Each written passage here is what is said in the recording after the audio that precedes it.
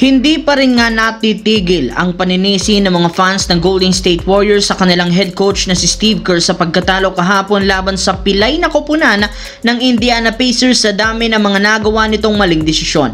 Isa dyan ang pagbangko niya sa superstar na si Stephen Curry ng almost 12 minutes sa second half na siyang naging dahilan ng paglamig ng shooting nito. Ito nga mismong rason ng kanilang pagkatalo, pero meron rin naman ngang dahilan sa likod ng ginawang ito ng kanilang head coach. Ayon sa naging pahayag niya, gumagawa lang naman ito ng paraan para makagawa ng puntos nang wala ang tulong ni Stephen Curry. Hindi na rin naman siya dumidepende parati sa mga superstar bilang paghahanda kung sakali man mawala ito sa kanilang lineup. Gusto niya mapa-improve ang scoring at opensa sa tuwing out si Stephen Curry. Kung inyo nga matatandaan, isa sa mga rason ng pagkalaglag last playoffs ay ang pagkawala ni Stephen Curry, kaya gumagawa sila ng paraan para manalo nang wala ang tulong nito. Sa kabilang banda, meron na naman nga pong isa pang player ang nadagdag sa injury list ng Los Angeles Lakers matapos hindi makapaglaro ang starting center na si DeAndre Ayton laban sa Miami Heat. Pero sa kabila ng pagiging kulang at pilay ng Lakers, nagawa pa rin naman nilang manalo matapos mag-step up ang 6 na manlalaro na nagtala ng double-digit points sa pangunguna ni Luka Doncic na gumawa ng triple-double, 29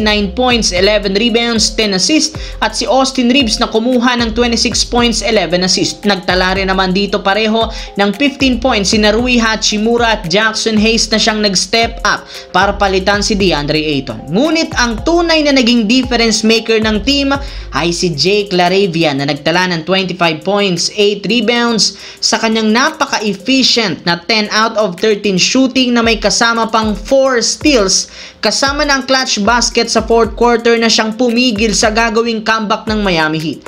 Bukod dyan, malaki rin naman ang impact nito sa depensa since siya ang tumatao kay Andrew Wiggins na siyang masyadong nag-struggle ngayong araw lalo sa shooting. At sa pagkapanalo muli ng Los Angeles Lakers, meron na silang 5-2 win-loss record na may kasamang 3-game win streak at pumapangatlo sa Western Conference.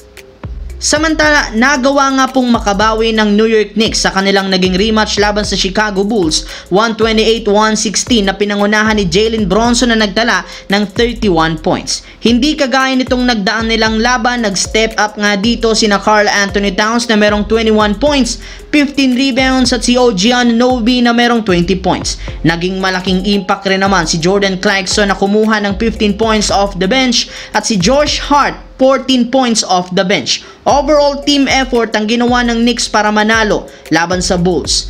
Yes mga idol, sila ang sumira sa perpekto sanang record ng Chicago Bulls na nagawa nito simula noong era ni Michael Jordan. Hindi naging sapat ditong triple-double ni Josh Giddey, 23 points, 12 rebounds, 12 assists. Kaya dahil nga sa pagkatalo, meron ng 5 win, 1 loss ang kasalukuyang record na mukhang nakita ng ibang kupunan ng kahinaan ng kanilang kupunan.